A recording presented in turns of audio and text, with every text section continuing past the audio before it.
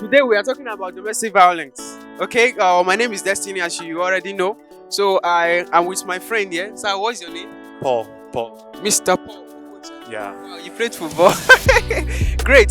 So I just want to ask you a question. You know, in Nigeria or in the world at large, people suffer domestic violence, both man and woman. So I don't know, and I want you to actually tell us, in your own understanding, what you think is actually responsible for domestic violence in our home. First of all, I think everything has to start from the foundations because I'll use women for an example because they are on the higher side when it comes to domestic violence. They experience it more.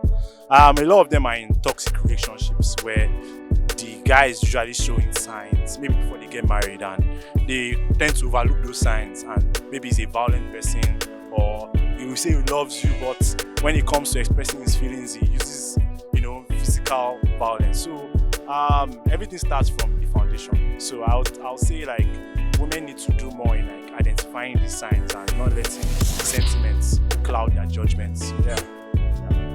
I just speak some things now. It talks about, that this is a popular word that we normally use, red flag, which you just mentioned, and women actually, they are on the receiving side when it comes to domestic violence, though they are not the only person who actually. I have to say also, because men don't speak up. A lot of men are going through like serious domestic violence in their house, not because that the women are bigger than them, or sometimes some men don't just retaliate because they're not violent themselves. So they tend to envelope everything inside. They don't say what, because it's not a proud thing to say that, oh yeah, my wife is beating me at home, or I'm going through this at home. So yeah, it's a lot. So I just urge men to speak up, and I urge maybe the government to give men the platform to actually speak up, because gone are those days where men suffer inside, because mental health is where everything starts from. So there's a lot to be done in that aspect. Yeah, that's what it is.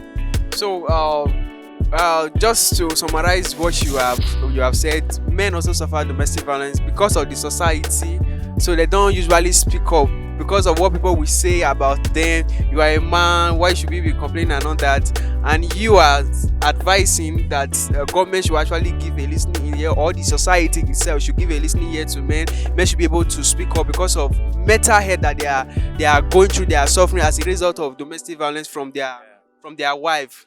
So you talk about, so it is necessary for people to actually look out for those red flag in relationship. It shouldn't just be it's not just people in relationships, like parents to abuse their children. It's also domestic violence. Absolutely. Yeah, it's also that. So I think it's just so let's stop violence. So tell your neighbor, let's stop violence. My life is important, your life is important. Therefore, there should not be domestic violence, there should not be violence of any kind. Stay safe. Thank you very much. Thank you, sir.